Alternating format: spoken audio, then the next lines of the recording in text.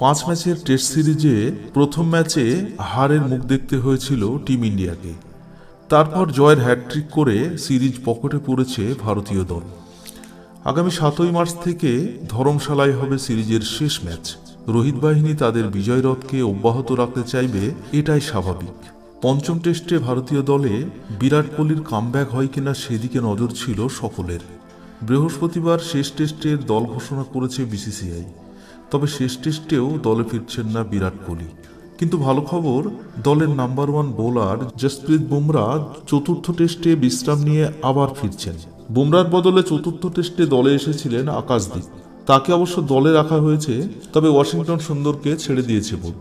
অন্যদিকে দলের আরও এক বোলার মোহাম্মদ সামি তো গোটা আইপিএল থেকেই বাদ পড়েছেন। তার গোড়ালির চোট মারাত্মক।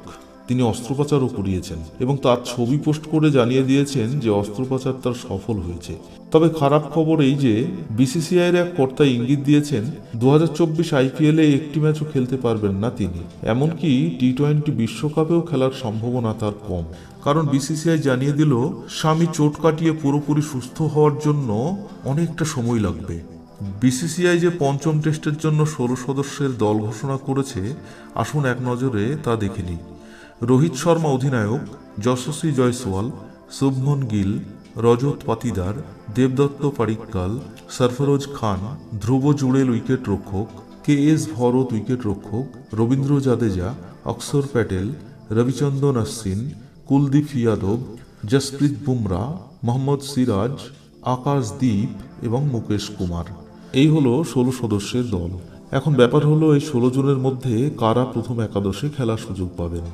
ওপেনিংয়ে রোহিত শর্মা এবং যশস্বী জয়সওয়াল এবং শুভমন গিল 3 নম্বরে থাকছেনই। 4 নম্বরে খেলতেন কে.এল. রাহুল। চোটের জন্য মাঠের বাইরে রয়েছেন তিনি এবং তার জায়গায় খেলতেন রজত পাতিদার। কিন্তু গত 3টি ম্যাচ খেলে রজত পাতিদার কিছু করে দেখাতে পারেননি। ফলে ওই জায়গায় এবার দেবদূত পাডিক্কালকে চান্স দেওয়া হতে পারে।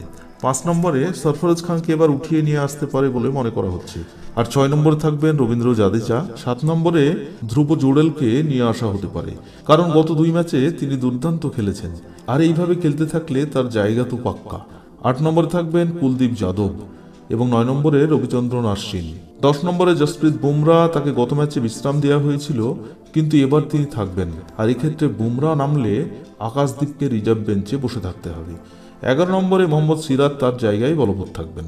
তাহলে আসুন এবার দেখে নিই পঞ্চম বা শেষ টেস্ট ম্যাচের জন্য সম্ভাব্য একাদশ।